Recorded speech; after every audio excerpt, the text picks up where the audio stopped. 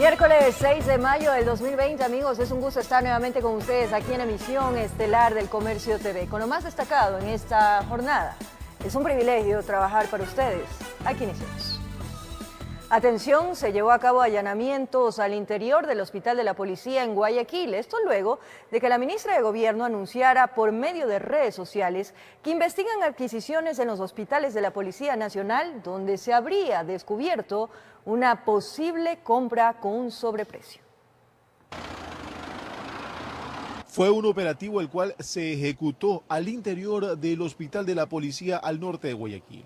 La acción se motivó luego de un mensaje en redes sociales por parte de la ministra de Gobierno María Paula Romo, el cual decía lo siguiente: luego del escándalo de las fundas de cadáveres, investigamos adquisiciones en hospitales de Policía Ecuador y descubrimos una posible compra. Informé de inmediato a la Fiscalía y en este momento se realizan allanamientos y detenciones. Cero impunidad, empezando con el ejemplo. Durante horas, autoridades de seguridad recolectaron datos, pistas, evidencia para profundizar lo que la ministra daba a conocer. El Hospital de la Policía Nacional ha sido intervenido hoy por la Fiscalía, en el cual se han levantado la información que ellos requieren y también han llevado a funcionarios de este hospital a rendir unas versiones, teniendo muy en claro que las responsabilidades son individuales, no institucionales, y que nosotros como Policía Nacional, cero tolerancia a cualquier acto de corrupción o a cualquier delito que se pueda cometer dentro de la institución. Sin embargo, quien llevó a cabo el operativo aseguró que aún hay mucho por profundizar, que esto solo es el principio. Llevaron algunos funcionarios de aquí del hospital a tomar versiones. También vimos que han decomisado CPU y algunos folders. Obviamente hicieron el levantamiento de indicios con criminalística, fijaron todo lo que la fiscal creía conveniente que podría llevárselo hacia la policía judicial dentro de esta investigación que se ha aperturado. La evidencia está ahora en manos de la Policía Judicial, informó Julio César Saona. Además, tras un trabajo de investigación, la justicia dictó prisión preventiva en contra de Marcela M. y Francisco B. por incumplimiento de decisiones legítimas, al presuntamente haber facilitado la fuga del aislamiento de 4 familias que llegaron al país hace menos de 48 horas en vuelos humanitarios. Estas 4 familias estaban albergadas en un hotel en San Borondón, autorizado para recibir a viajeros que deben cumplir la cuarentena obligatoria para evitar la propagación del COVID-19 en el país. La pena por este delito iría de 1 a 3 años de prisión. Ecuador registra una reducción de al menos 2.461 casos confirmados de coronavirus. El viceministro de Salud, Javier Solórzano, asegura que se hizo un reajuste de datos, pues había casos duplicados de pacientes. Según Solórzano, esto responde a que el sistema de vigilancia epidemiológica tiene limitaciones para contabilizar los datos. Las estadísticas oficiales presentadas este miércoles 6 de mayo frente a las del lunes 4 de mayo registran una considerable disminución de los casos. Por ejemplo, el 4 de mayo hubo 31.881 casos confirmados de coronavirus y este miércoles 6 de mayo hubo 29.420 casos confirmados. Solo aquí hubo una reducción de al menos 2.461 casos. ¿Pero qué pasó? ¿Por qué se redujeron las cifras? El viceministro de Salud, Javier Solórzano, explica que había registros duplicados. Estos casos estaban registrados de forma duplicada porque era la misma persona que tenía en unos casos 3 y 4 pruebas que se hicieron en el transcurso de la enfermedad. Por ejemplo, el lunes 4 de mayo en las principales provincias, Guayas tenía 14.192 casos confirmados, Manabí 1.382 casos y Los Ríos 1.284 casos. Sin embargo, para este 6 de mayo, Guayas registra una reducción a 12.411 casos, Manabí 1.046 casos y Los Ríos 991 casos. El viceministro de Salud sostiene que el reajuste responde por fallas presentadas en el sistema de vigilancia epidemiológica que data desde hace algún tiempo. El sistema de vigilancia epidemiológico que utiliza el país data de hace algunas décadas y tiene limitaciones tecnológicas. Sin embargo, todo lo contrario ocurrió en Pichincha. Aquí las cifras sí se incrementaron. Para el lunes 4 de mayo hubo 1.732 pacientes positivos y para este 6 de mayo hubo 1.913 pacientes positivos. Además, se asegura que se implementará un nuevo sistema de registro de datos para evitar este tipo de duplicaciones.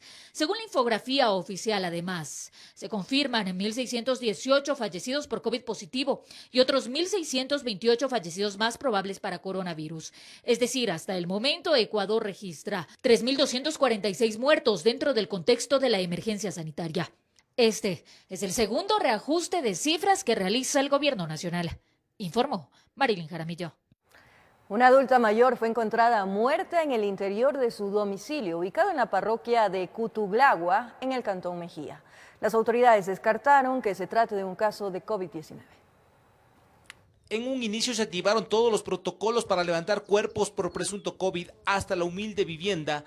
Arribaron las entidades respectivas, pero luego de conversar con los familiares de la fallecida, llegaron a la conclusión que la adulta mayor falleció por alguna complicación en su salud, pero que no tenía nada que ver, supuestamente, con el coronavirus. La Policía Nacional, a través del ECU 911, fue activada por un presunto COVID, pero al momento de que llega el médico del Ministerio de Salud Pública, refiere de que los familiares indican que no presentaba ninguna sintomatología perteneciente a COVID.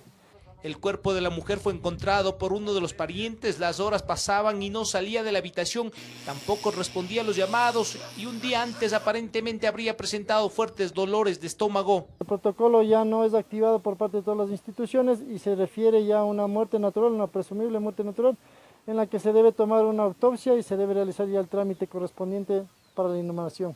Lamentablemente algo complicó su salud y no amaneció, no logró ver la luz del nuevo día. En medio del susto de la emergencia sanitaria, el dolor para la familia de alguna forma es menos intenso. En este caso el cuerpo fue llevado por medicina legal hasta el departamento forense del cantón Mejía. Hemos levantado todos los protocolos que hemos estado trabajando conjuntamente con el Consejo Provincial y con el GIRS, y usted lamentablemente no ha tenido sido el caso COVID y ya de esto directamente tiene que hacer la autopsia para poder exhumar a la señora. Hasta ahora en la provincia de Pichincha los protocolos y personal destinado para levantar cuerpos por presunto COVID-19 han demostrado estar preparados. No hay un desbordamiento de casos y los equipos técnicos trabajan las 24 horas en varios turnos. En Quito informó Iván Casamen.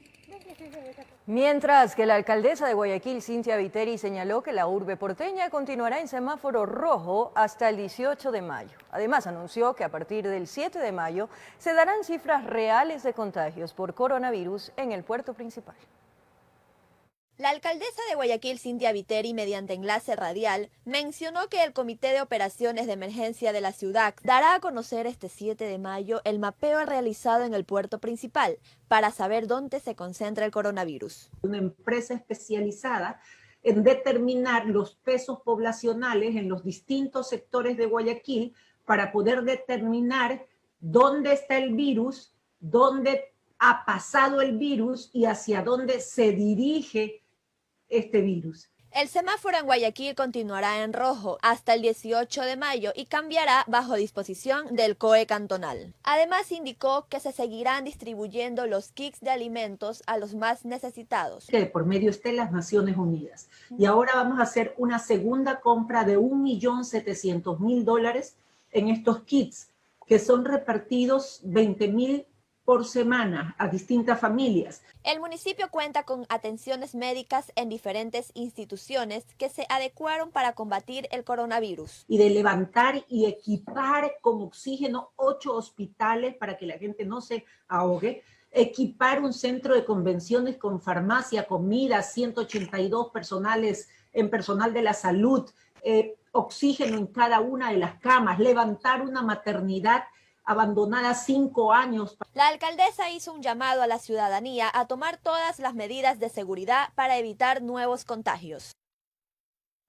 Continúa la aglomeración de personas en los exteriores de entidades financieras en Guayaquil. Tras un recorrido por estos sitios, se constató varias irregularidades.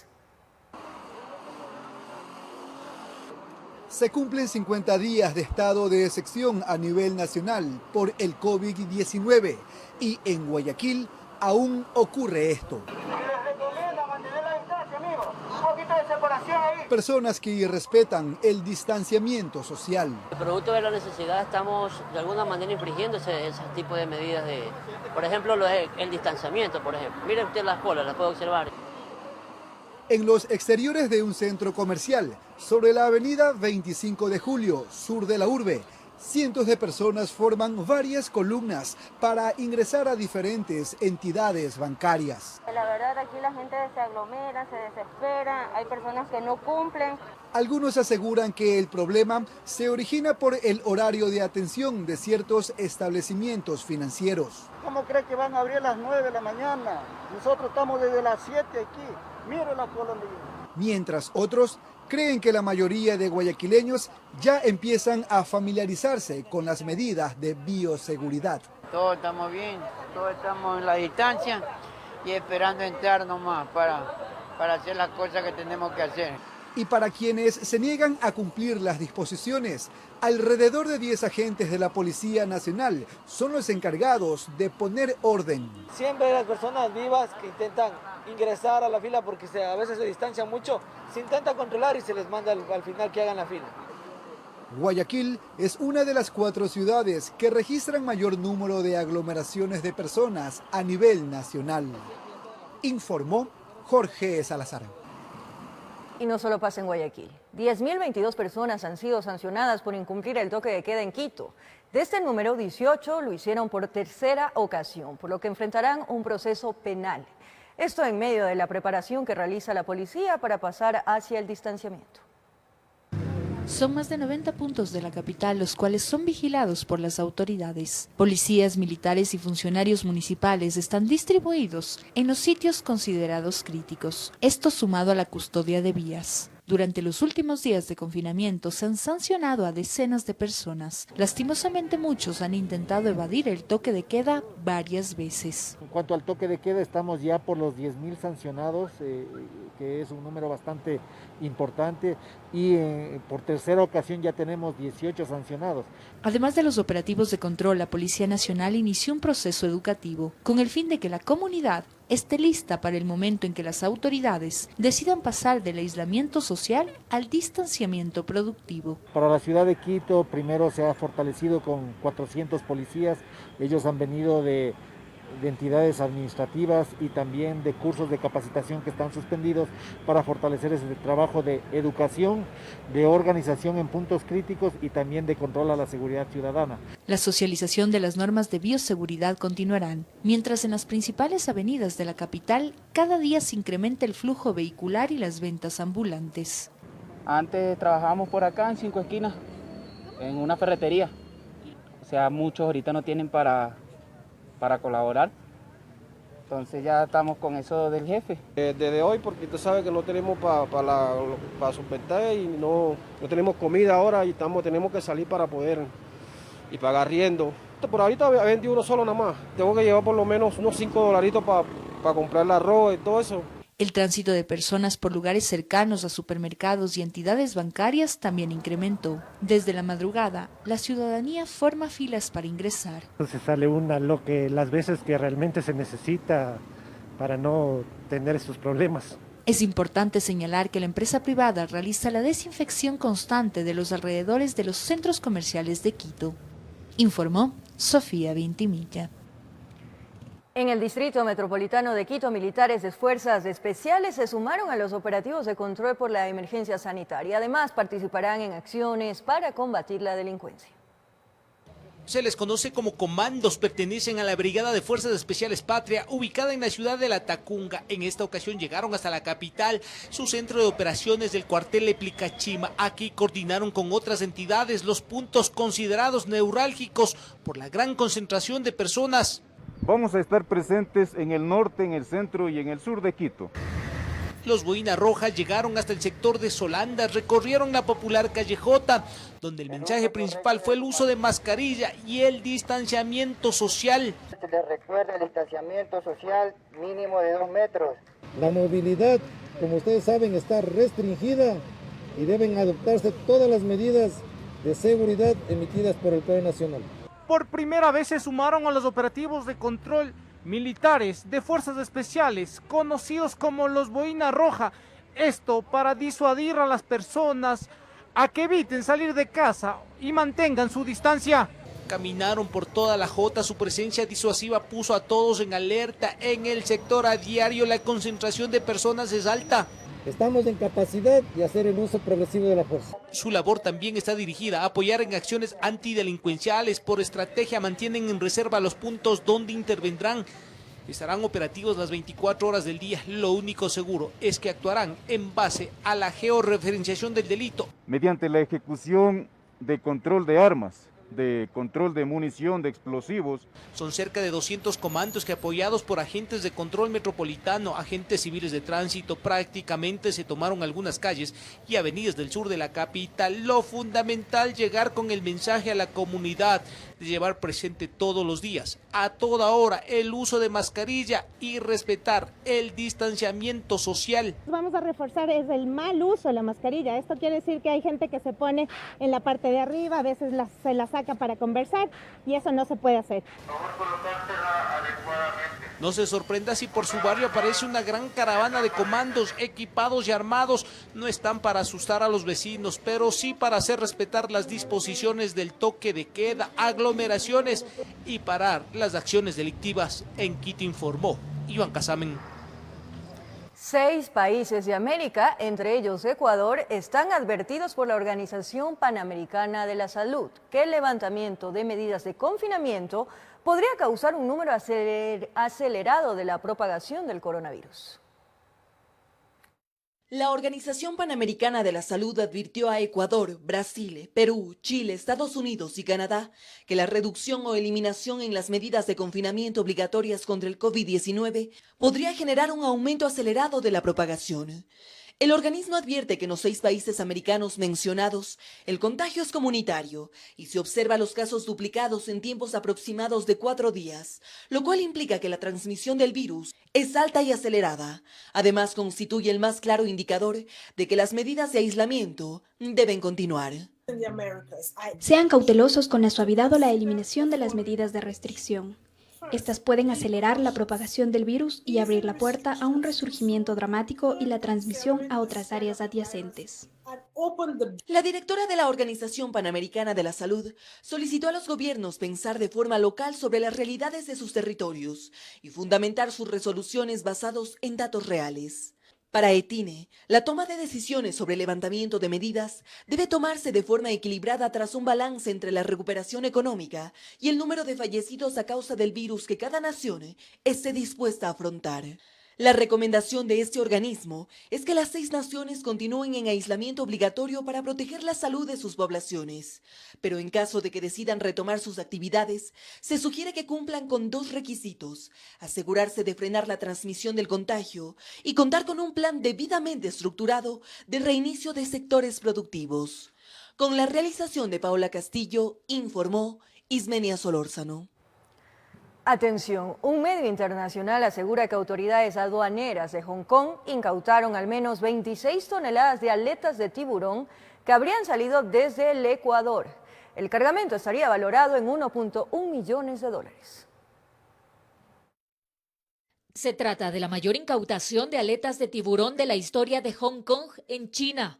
Al menos 26 toneladas, es decir, 31.000 tiburones zorro que fueron sacrificados y 7.500 tiburones sedosos que corrieron con la misma suerte. Sí, ese fue el cargamento que decomisaron las autoridades de la aduana de ese país. Y lo que llama la atención es que esas toneladas de aleta de tiburón salieron desde Ecuador. Así lo asegura una publicación difundida por el South China Morning Post. Además, el medio indica que el cargamento estaba dentro de 2 contenedores que llegaron en enero, pero que fueron abiertos el 28 de abril y el 4 de mayo. Los 2 envíos tendrían un valor de al menos 1.1 millones de dólares americanos. Esto es más del doble de las 12 toneladas de aletas de tiburón incautadas por ese país en todo el 2019. Hay preocupación por este caso. El legislador Javier Cárdenas de la Comisión de Biodiversidad de la Asamblea Nacional pidió la comparecencia de autoridades. Señalemos la comparecencia del señor ministro de Ambiente y del señor comandante de la Armada Nacional para que respondan por esta gravísima denuncia que empaña la imagen del Ecuador allende los mares los ultramares en el mundo. Mientras que las aletas de tiburón son codiciadas en mercados asiáticos. Así lo asegura esta ambientalista. Las aletas de tiburón las utilizan mucho en China para la medicina tradicional y sobre todo la utilizan para comer. Es un plato muy apetecido, lo que ellos quieren, el aleteo. A ellos no les importa el resto del tiburón. Además, el medio señala que por este caso se habría detenido al dueño de la empresa logística, un hombre de 57 años, pero luego habría sido dejado en libertad. Esto hasta obtener mayores resultados de las investigaciones. Sin embargo, solicitamos mayor información al Ministerio del Ambiente y se nos aseguró que se emitirá un comunicado sobre este caso en las próximas horas. Informó Marilyn Jaramillo. Momento de nuestra primera pausa aquí en Emisión Estelar del Comercio TV. Más adelante, más de 66,000 personas han perdido su empleo en el Ecuador durante la emergencia sanitaria. Los detalles en breves minutos.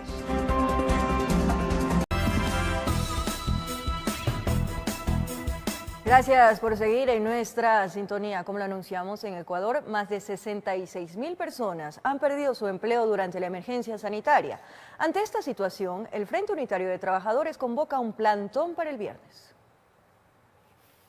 El ministro de Trabajo, Luis Poveda, anunció el número de personas que han perdido sus empleos durante la emergencia sanitaria. Tenemos a la actualidad 66,400 trabajadores desvinculados, ¿verdad? Por distintas causas. Ante los despidos y el desempleo, el Frente Unitario de Trabajadores convocó a un plantón. El día viernes a las 10 de la mañana, ecuatorianos, vamos a hacer un plantón.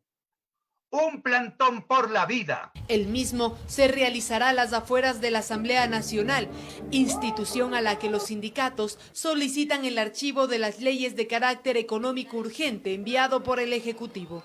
El ministro Luis Poveda, que intervino en la Comisión de Derechos de los Trabajadores de la Asamblea Nacional, respondió ante la interrogante de varios legisladores que cuestionaron cómo se va a comprobar científicamente que un empleado contrajo el coronavirus en sus actividades laborales, como se estableció en el Acuerdo Ministerial 023.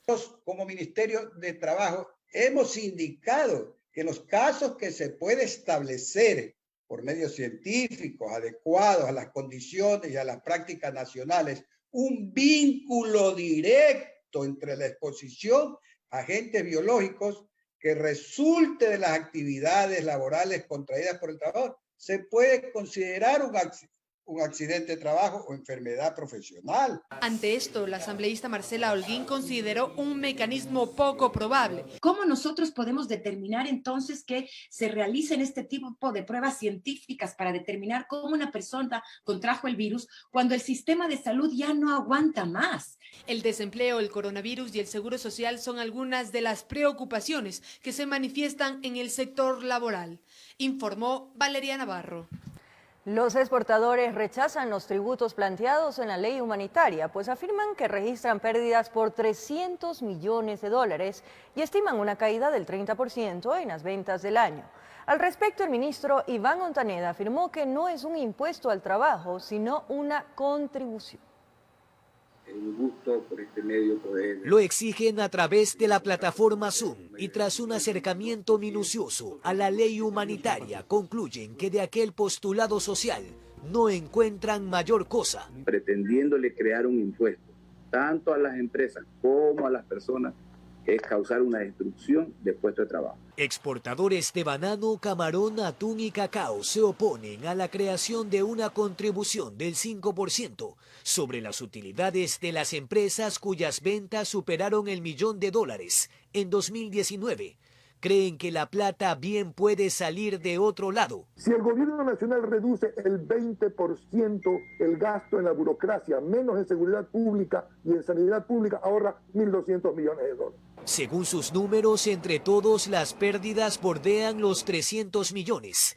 Las exportaciones no petroleras generan 12.500 millones al año, pero hasta diciembre estiman una caída del 30%. Nuestros competidores están hoy recibiendo créditos blandos, subsidios, fondos de estabilización de precios. Posiblemente el sector camaronero deje de percibir, y por ende el país deje de percibir entre 450 y 500 millones de dólares. Que no han despedido a un solo empleado de los 800.000 que concentran, pese a lo que avanza en la Asamblea Nacional. El sector exportador está trabajando con nosotros para un proyecto de devolución simplificada de impuestos. Hoy necesitamos fortalecer la dolarización. Que el dinero que inyectan organismos multilaterales multiplicará líneas de crédito en la banca pública, que tampoco es como lo pintan sus excompañeros. En cuya dirigencia en su momento usted también participó. Mire, le voy a hablar como exportador. Sigo siendo un exportador, sigo siendo un empresario en mi país. He generado más de 30 años empleos en este Ecuador. No se trata de desconocer las necesidades de los sectores productivos. Se trata de buscar de manera conjunta las mejores soluciones. Informó Jorge Escobar. Varias universidades privadas y organizaciones de la sociedad civil presentaron ante la Corte Constitucional 2 acciones de incumplimiento por la falta de entrega de recursos para el programa de becas y por la reducción del presupuesto en las instituciones públicas. A 8 universidades particulares y cofinanciadas de Quito, Guayaquil, Loja y Azuay, el Estado les estaría deudando desde el 2019 cerca de 37 millones de dólares para el programa de becas. Hemos presentado una acción de incumplimiento ante la Corte Constitucional debido a una situación de impago y de retrasos en los pagos de las asignaciones del Estado. La Universidad UTE de Quito es una de las afectadas. Su rector Ricardo Hidalgo advierte que está en la cuerda floja la educación de cerca de 50.000 estudiantes que reciben becas con asignación estatal mediante un estudio socioeconómico que las instituciones realizan. A los estudiantes que ingresaron el año anterior no les podemos dejar en la calle y tenemos que pagarles nosotros durante 5 años. Como alternativa, dice Hidalgo, las universidades se verán obligadas a reducir la planta docente. Incluso en un escenario mucho más drástico, podrían cerrar sus puertas. O a optimizar el número de docentes y de personal administrativo, que muchas de las universidades particulares tengamos que cerrar. Mientras que por el recorte presupuestario de 98 millones de dólares a 32 universidades públicas, organizaciones de la sociedad civil también presentaron ante la Corte una acción de incumplimiento del dictamen de constitucionalidad del estado de excepción. Porque ese dictamen señala que cualquier restricción en los derechos como esta, que es reducir el presupuesto, tiene que hacerse a través de decreto ejecutivo. Y esta es un circular, es un simple oficio. La abogada Angélica Porras es una de las firmantes del documento. Señala que la decisión del gobierno vulnera el artículo 165 de la Constitución. Señala que si es necesario movilizar recursos por el estado de excepción, esos recursos jamás pueden ser los de la educación. Para este miércoles estaba prevista la comparecencia del ministro de Finanzas, Richard Martínez, en la Comisión de Educación de la Asamblea por el manejo de recursos en la educación superior. Sin embargo, no asistió. Informó Priscila Cadena. Desde el Gobierno Nacional se realizaron 2 anuncios en el ámbito de la educación. Primero, los colegios privados de la región Costa podrán iniciar sus clases desde el 18 de mayo. Por otro lado, se informó de la suspensión del programa de bachillerato internacional en 77 instituciones educativas.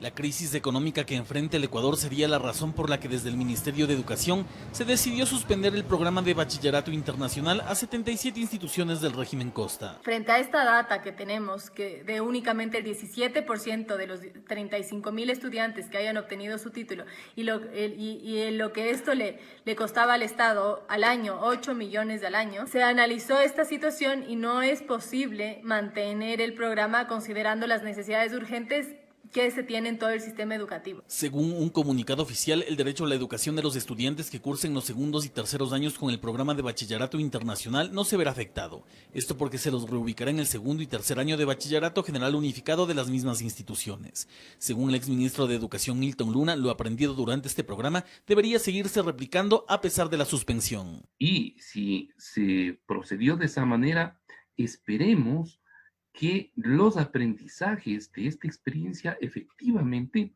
sean empleados y difundidos. Son experiencias que no pueden quedar fuera de la necesidad de ir mejorando en la calidad educativa. De la misma forma, la decisión del Ejecutivo para autorizar que algunos colegios privados del régimen Costa inicien clases de forma telemática desde el 18 de mayo próximo es concebido como un acierto.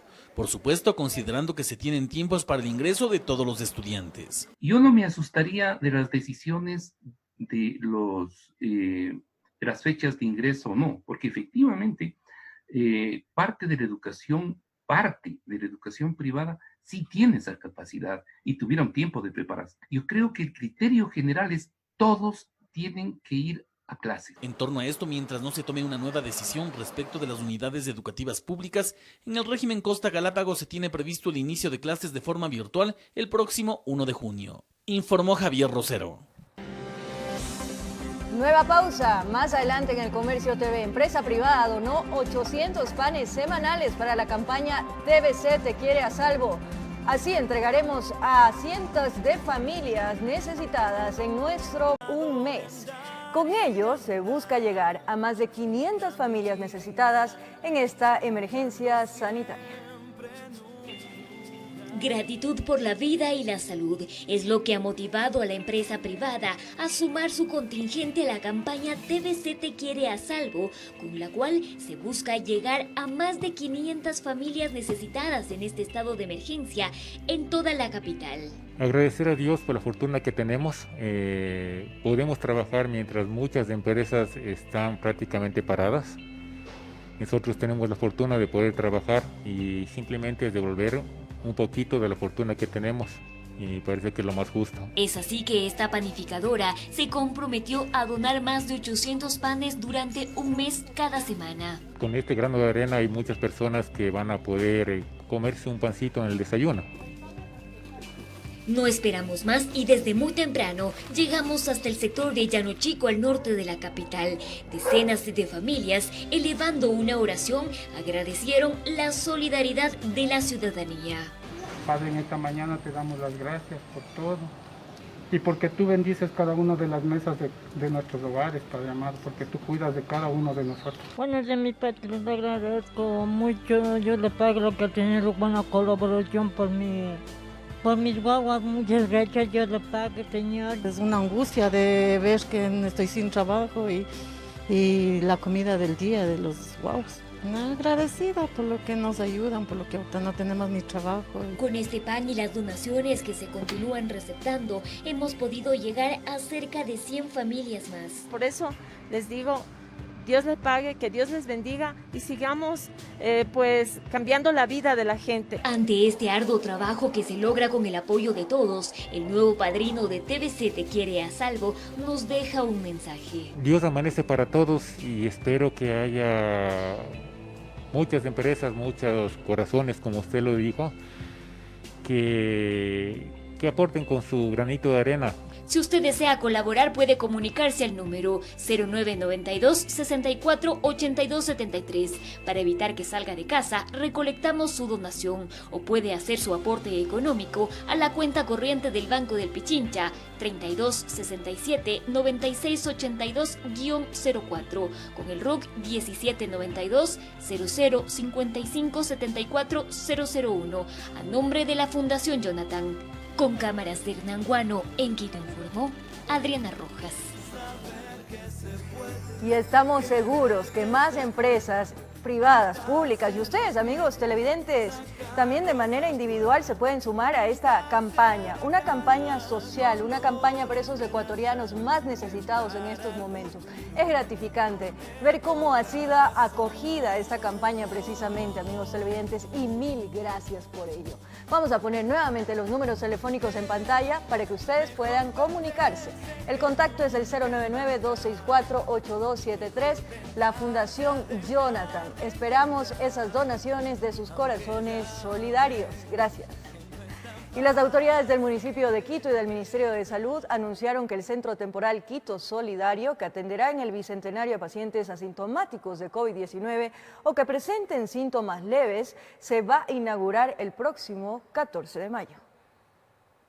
El alcalde de Quito, Jorge Yunda, acompañado del ministro de Salud, Juan Carlos Ceballos, y otras autoridades, realizaron un recorrido por las instalaciones del Centro de Atención Temporal Quito Solidario, instalado en el Parque Bicentenario. Esta es una obra que además tiene una característica fundamental, que es haberse adelantado a los acontecimientos. Según mencionaron las autoridades, en 3 semanas y media se logró la adecuación de un hospital dotado de un sistema de oxígeno, camas, espacios de enfermería y un área dispuesta como residencia médica. Y el bienestar de cada uno de los quiteños va a ser posible con esta obra. El secretario de Salud del municipio de Quito, Lenin Mantilla, mencionó que este centro contará con un equipo de laboratorio para atender necesidades médicas de microbiología. Tendríamos en turnos rotativos alrededor de 120 profesionales de la salud completamente trabajando en esto. Así también se dio a conocer que la Secretaría Nacional de Riesgos entregó almohadas, juegos de sábanas, cobijas, kits de menaje de cocina comunitarios, kits de limpieza comunitarios, kits de higiene personal, biombos y 2 cocinas industriales para complementar la adecuación del centro. Los pacientes que puedan ser referidos aquí van a tener total independencia, dignidad, un tratamiento pensado desde todo punto de vista, incluso con asistencia psicológica. Dentro del recorrido, las autoridades verificaron también el punto de control para el manejo y disposición de fallecidos, así como sus protocolos.